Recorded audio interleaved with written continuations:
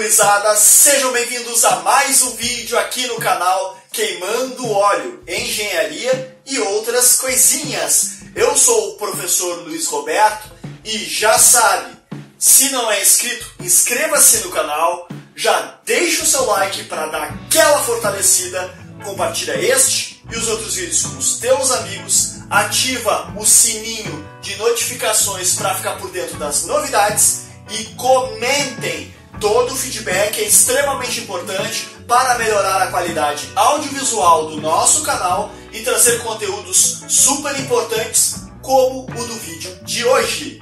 Pessoal, se ajeitem na cadeirinha, peguem o lápis, peguem a caneta, peguem a borracha, peguem o papel para vocês fazerem as suas próprias anotações, porque nós vamos começar uma série de videoaulas super importantes da mecânica dos sólidos. Bora lá?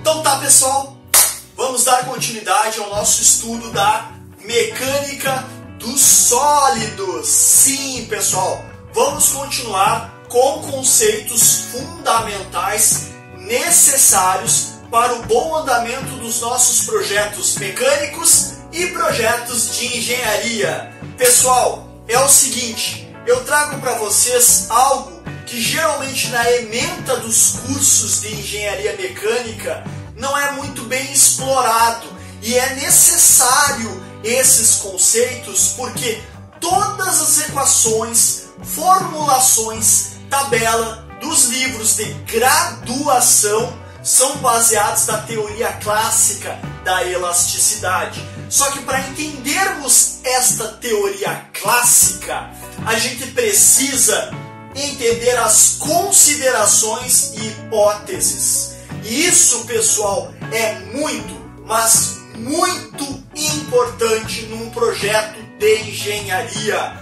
Tu tem que ter considerações e hipóteses para tu abordar o problema mecânico, delimitar o teu trabalho e com isso tu armar os teus argumentos e o teu memorial de cálculo para definir o teu projeto. Então, as considerações e as hipóteses são uma das etapas mais importantes de todo o memorial de cálculo e projeto de engenharia. E o pessoal não dá muita bola para isso, e aí a ponte cai, e aí o carro quebra a suspensão, aí o motor não confere o torque necessário. Tu tens que ter em mente que a consideração e as hipóteses do teu problema são fundamentais para nortear todo o teu raciocínio. Isso é extremamente importante. E aí está a grande sacada, pessoal. Hoje em dia, nós temos muitos softwares comerciais e esses softwares comerciais conseguem fazer os cálculos lá do livro do Timoshenko, do livro do Nash, do livro do Pierre Johnston, do livro do Popov, fazerem parecer coisa de criança, porque o nosso avanço computacional supre essa necessidade de fazer contas. Mas aí vem a pergunta: qual material devo escolher, selecionar? Qual geometria? Qual módulo do meu software eu devo utilizar para esse problema? Eu tenho um problema e vou usar o módulo da mecânica da fratura? Eu vou usar o módulo de fadiga? Eu vou usar o módulo não linear? Eu vou usar o módulo térmico? Tu pode parar para perceber que em várias empresas de análise de engenharia, os softwares utilizados possuem um monte de pacotes e cada pacote serve para um determinado tipo de problema a ser resolvido. E aí está a grande sacada. Cada pacote desses possui uma série de considerações e hipóteses. Vamos imaginar o seguinte, que eu estou aqui com a minha barra de novo, e aí eu aplico grandes cargas e ocorrem grandes deslocamentos, grandes deformações. Se ocorrem grandes deslocamentos, grandes deformações, eu não posso usar a teoria da elasticidade infinitesimal clássica. Eu não posso usar as fórmulas lá do Beer-Johnston, clássicas, para grandes deformações e grandes deslocamentos. Eu só posso utilizar para pequenos deslocamentos, rotações e deformações. Que nem lá as equações do livro do Hall, lá de vibrações, só vou poder usar para pequenos deslocamentos, só para corpos rígidos. Então existe uma série de considerações e hipóteses para tu poderes de fato utilizar aquelas equações. Tendo isso em mente, vem comigo, vamos lá! Nós estamos na mecânica dos sólidos. Depois eu trago a definição de sólido. Vamos começar com a definição da mecânica. E a mecânica estuda forças, estuda deslocamentos, estuda cinemática, cinética e dinâmica e estática. Tudo isso compõe a nossa mecânica. Dentro da mecânica existe uma consideração que é a hipótese do meio contínuo. A mecânica do contínuo é uma consideração que utiliza a hipótese do meio contínuo. Professor, o que é meio contínuo? E agora as coisas vão fazer sentido, porque para estar nessa aula tu tem que ter feito cálculo. E lá em cálculo tu aprendeu limites, derivadas e principalmente integrais. E as integrais nos dão justamente essa ideia do meio contínuo. Lá em cálculo, pessoal, vocês estudaram o quê? Funções contínuas.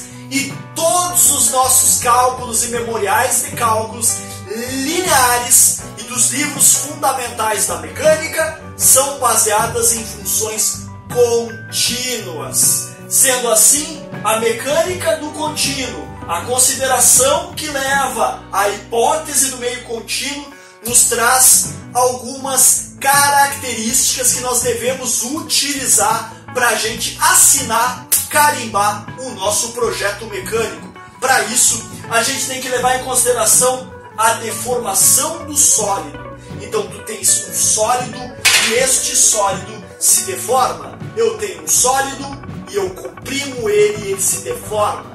Se ele vai se voltar, aí é outra história. Aí nós estamos na elasticidade do material. Ele vai e ele volta para o seu estado original. Mas isto faz parte da nossa deformação do sólido. A gente admite que o sólido se deforme. Esta disciplina é uma continuação lá do estudo da estática e da dinâmica, principalmente da estática, porque lá da estática, no livro do Beer-Johnston, do livro do Hibbeler, bom, lá na estática, tu estavas estudando partícula e corpos rígidos. Rígidos como essa barra. Hoje, aqui na mecânica dos sólidos, tu vai admitir que os corpos são deformáveis. E aí vai vir a ideia de esforços internos. Então, a nossa mecânica do contínuo, do meio contínuo, admite deformação do sólido sob forças externas. Então, eu tenho um sólido, aplico uma força, aplico um campo gravitacional, campo magnético, campo elétrico, aplico um campo e isto vai nos dar uma deformação ou não de um sólido. Além disso, a gente admite funções contínuas. Então, as funções descontínuas e as não linearidades são uma hipótese e um cálculo à parte. Além disso, nós temos a integridade do material. Esta é a grande sacada da mecânica dos sólidos. Nós projetamos esta barra para que ela resista. Aula anterior, cardzinho aqui para nós, ó, beleza? Vai lá e assiste, para que ela resista. Ou seja, para que ela não perca a sua integridade física e se deforme plasticamente a ponto de que ela falhe. Ou seja, nós vamos trabalhar dentro da integridade. Isso significa, e agora veio o pulo do gato, que a microestrutura do material, lá da disciplina de materiais mecânicos, a microestrutura do material, presta atenção, é desprezada.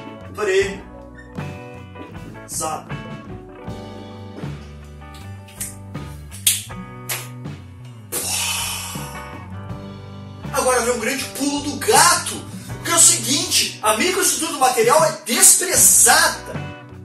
Significa que as inclusões, as bolhas, os deslizamentos nos interstícios lá do material, a gente despreza. A gente admite que o material é isento de falhas microestruturais. E aí a gente pode utilizar o meio contínuo e a mecânica dos sólidos, linda e maravilhosa. Claro, a mecânica dos sólidos linear, elástica, linda e maravilhosa. Existe sim a mecânica dos sólidos com hipóteses que os meios não são contínuos, mas isso é estudo de pós-graduação e de muita pesquisa, como por exemplo a mecânica da fratura não linear. É um ótimo exemplo de mecânica dos sólidos não contínua e que a microestrutura, aí sim, é muito importante. Mas na nossa mecânica dos sólidos mais básica, mais direcionada ao projeto mecânico, a gente despreza a microestrutura do material para poder utilizar o meio contínuo. Claro, porque é o seguinte, eu vou projetar essa barra. Se essa barra por algum motivo ela falhou e todas as cargas, geometria e seleção do material estão tudo certinho, lindo e maravilhoso, eu selecionei, eu calculei certo, eu peguei uma geometria correta, eu apliquei as cargas corretas e falhou. Sabe qual é o motivo da falha? A microestrutura. Aí a microestrutura pode estar com alguma inclusão, com algum deslizamento, com algum ponto para propagação de trincas, para algum ponto de deslizamento dos planos. Pode ter também falhas não lineares, falta de homogeneidade do material, falta de uniformidade das cargas e as não linearidades. Tudo isso daí vai afetar e vai mudar tudo, tá? Aí é outro problema e muito mais complexo. Mas para nossa aula nós vamos utilizar isto aqui. Então, mecânica do meio contínuo é uma consideração que usa a hipótese do meio contínuo.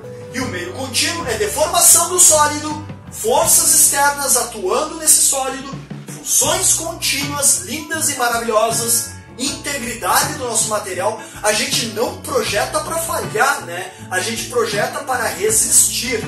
E microestrutura, portanto, é desprezada. A gente não vai analisar lá na microestrutura sendo ela o motivo da falha. Não, a gente vai analisar outras coisas como geometria, como carregamento e como o material em si, a escolha daquele material, como sendo um dos motivos que fez a falha ou não do nosso projeto mecânico.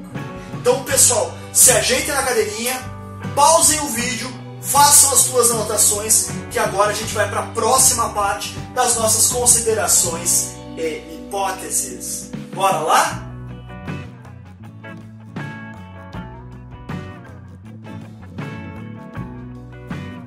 Então tá, pessoal, continuando as nossas considerações e hipóteses admitidas para resolver o problema da mecânica dos sólidos clássica, básica. Pessoal, aqui tem algumas considerações e hipóteses que são extremamente importantes no projeto mecânico, projeto de engenharia.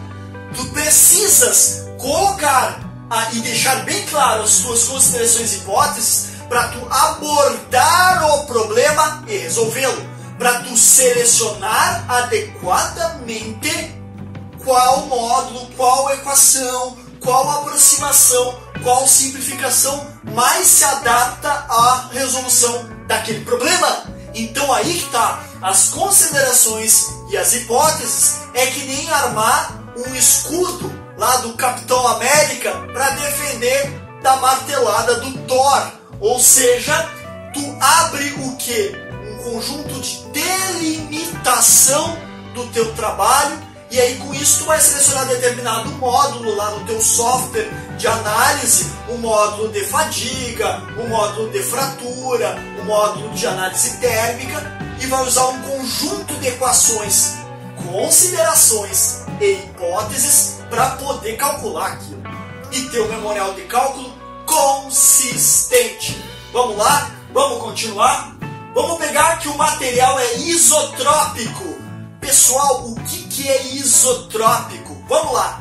Existem materiais isotrópicos, anisotrópicos, ortotrópicos e vários outros.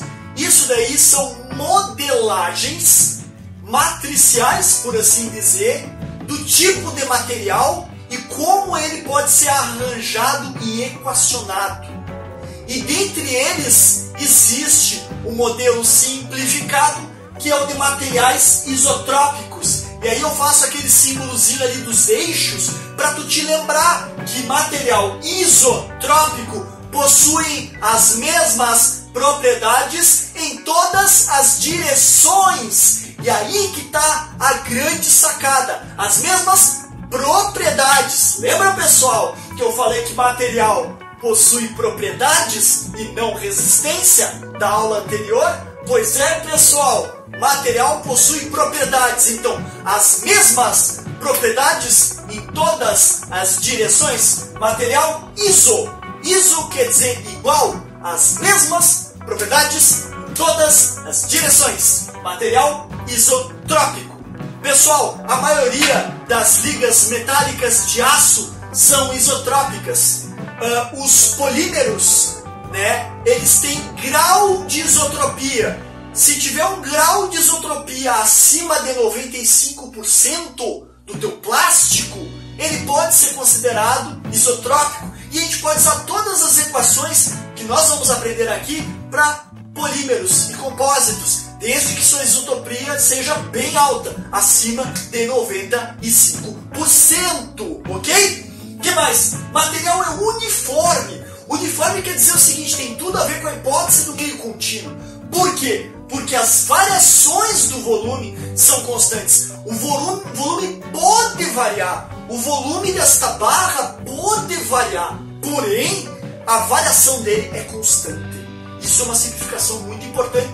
Porque, afinal de contas, lá nos interstícios, nas inclusões e nos deslizamentos, a gente despreza. A microestrutura do material é desprezada.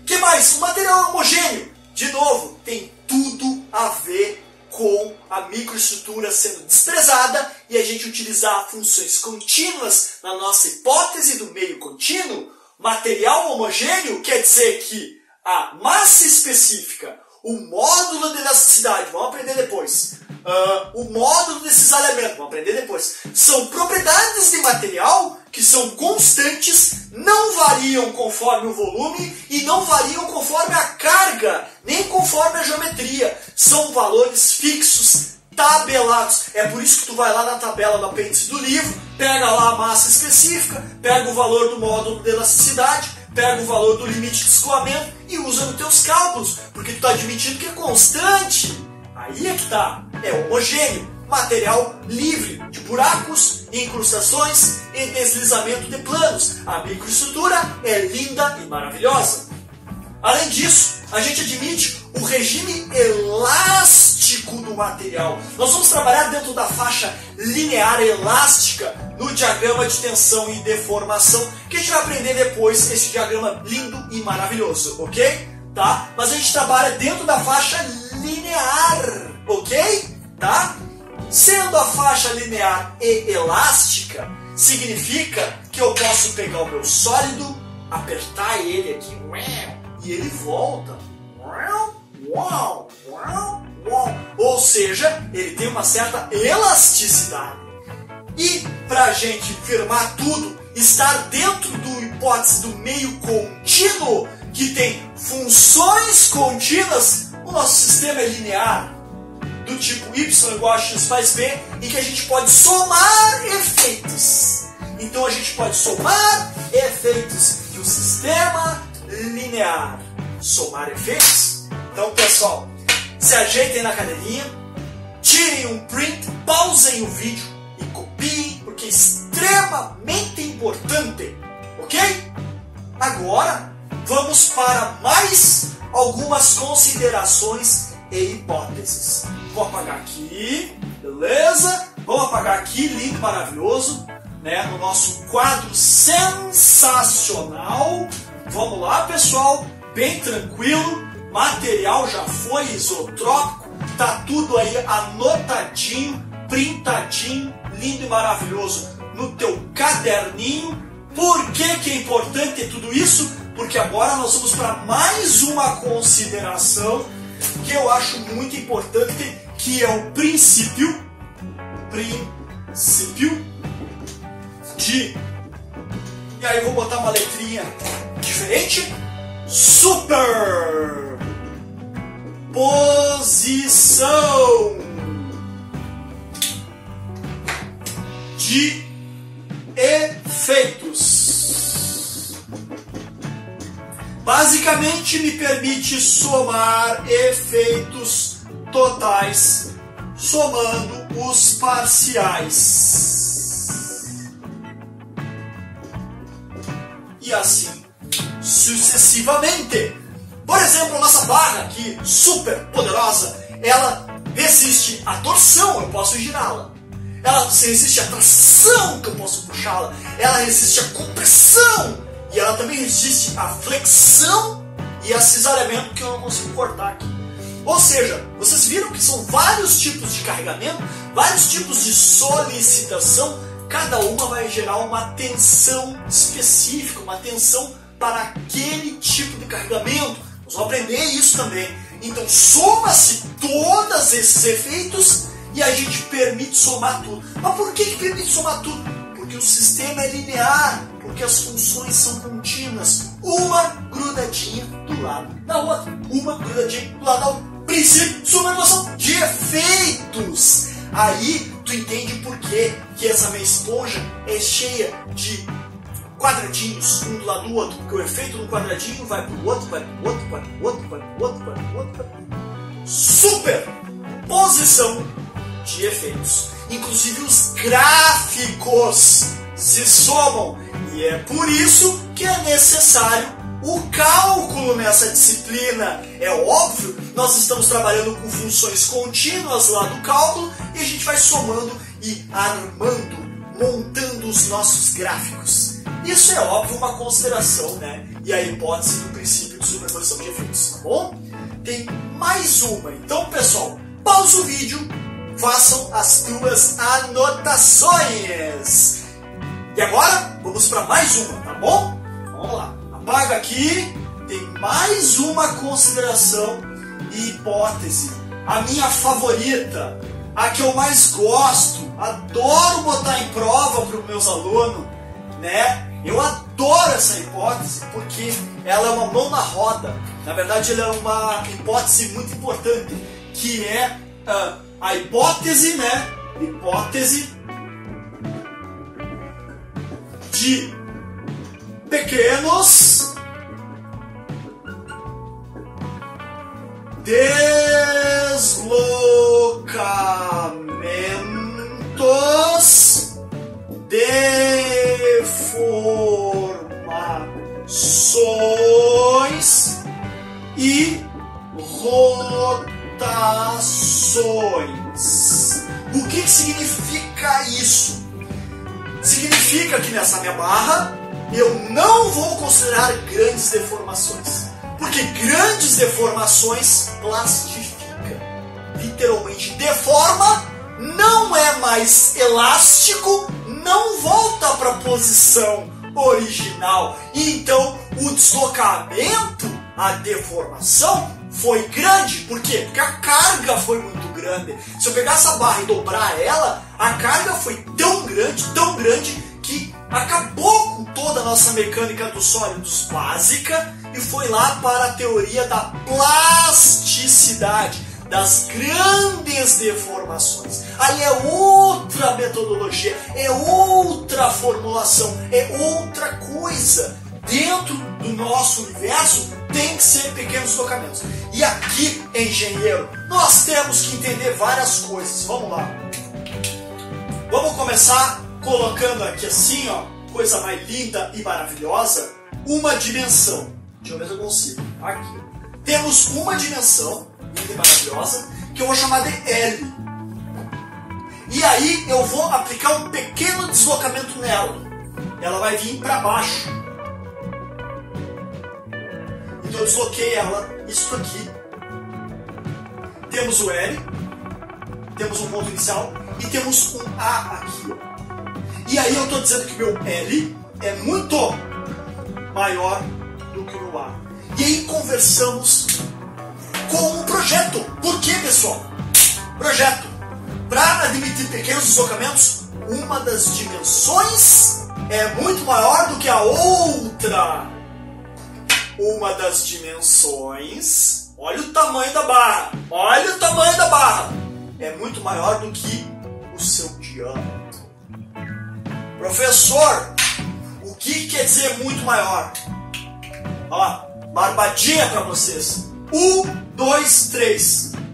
10 na 3 ou mais. Então, por exemplo, tu tem uma dimensão em metro, 1 metro de barra, muito maior do que 10 na 3, 1 milímetro ou menos. Ok? Então, para vocês não se confundirem, 10 na 3 ou mais de diferença, né? Boca aberta.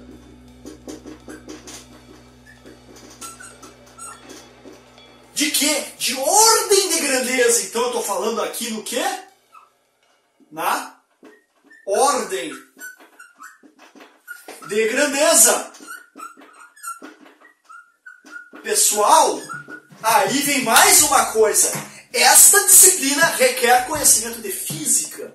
Tu precisa de conhecimento de física, de ordem de grandeza. Tu precisa de conhecimento 10 na 3, quilo, 10 na 6, mega, 10 na 9, giga. Tu vais precisar disso. 10 na menos 6, que é micro. 10 na menos 3, que é mili. 10 na menos 9, que é nano. Tu vais precisar disso sim. Tudo isso aqui faz parte da hipótese de pequenos deslocamentos, deformações e rotações. Só que tem isso aqui a parte gráfica. Agora eu vou puxar para vocês aqui no cantinho, ó, a implicação matemática. Vem comigo! A implicação matemática diz que o seno do θ se aproxima do valor do θ. Que θ? O θ que está aqui, ó. Ele é bem pequenininho, sim. E o seno se aproxima do próprio valor do θ. E o meu cosseno de θ se aproxima de 1. Ou da unidade, ou L, enfim.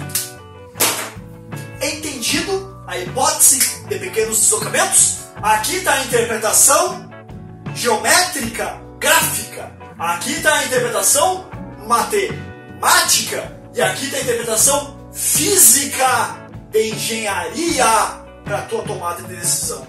Então o que acontece? Eu pego aqui meu bichinho aqui, ó, lindo, maravilhoso. O que acontece? Eu aplico aqui essa deformaçãozinha, passa para outra, passa para outra, passa para outra, passa para outra.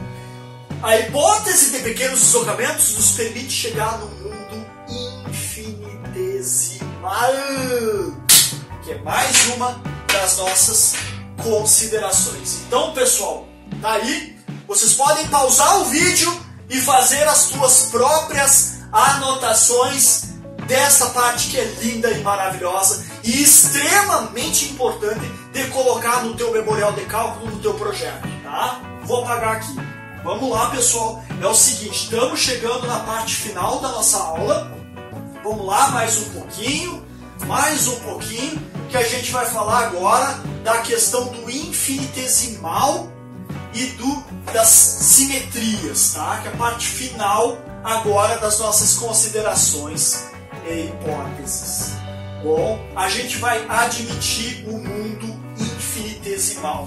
Então, mais uma consideração é infinitesimal, que a gente vai usar o limite de alguma coisa tendendo a zero. O que significa o infinitesimal? Significa que nós vamos usar as derivadas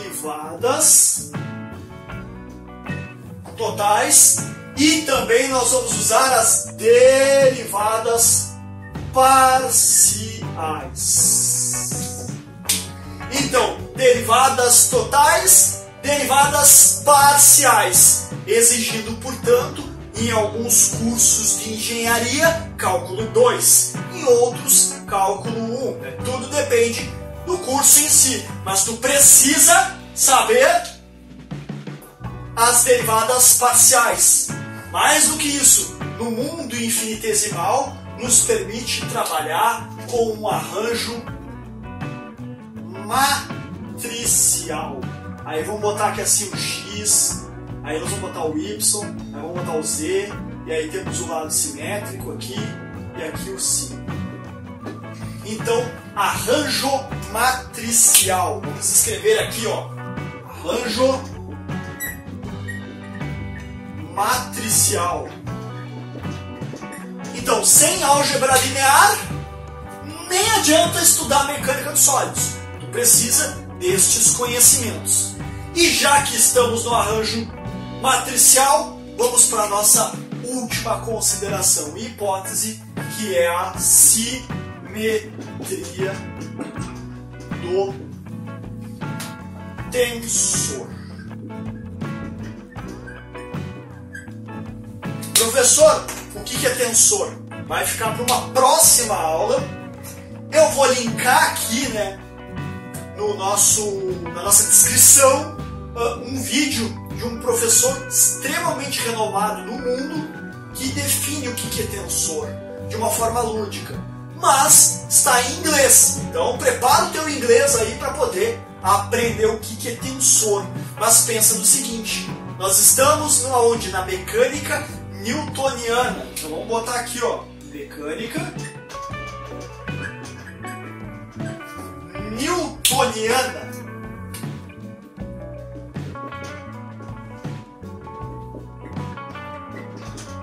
Na nossa mecânica newtoniana, quando fala em newtoniana, a gente fala em vetor.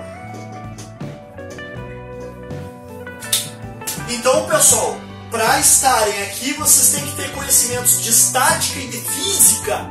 Vocês têm que ter bem claro a definição de escalar, vetor e matriz. Quando um vetor incide numa superfície, nós saímos do R3 e vamos para um R4. Nós saímos do mundo das matrizes e vamos para o mundo dos tensores, em que agrega as informações de um vetor sobre uma superfície. Ou seja, agrega as informações de um vetor sobre a superfície. Ok, pessoal? Mas isso é assunto para as próximas aulas. Eu vou ficando por aqui, me despeço e até a próxima aula!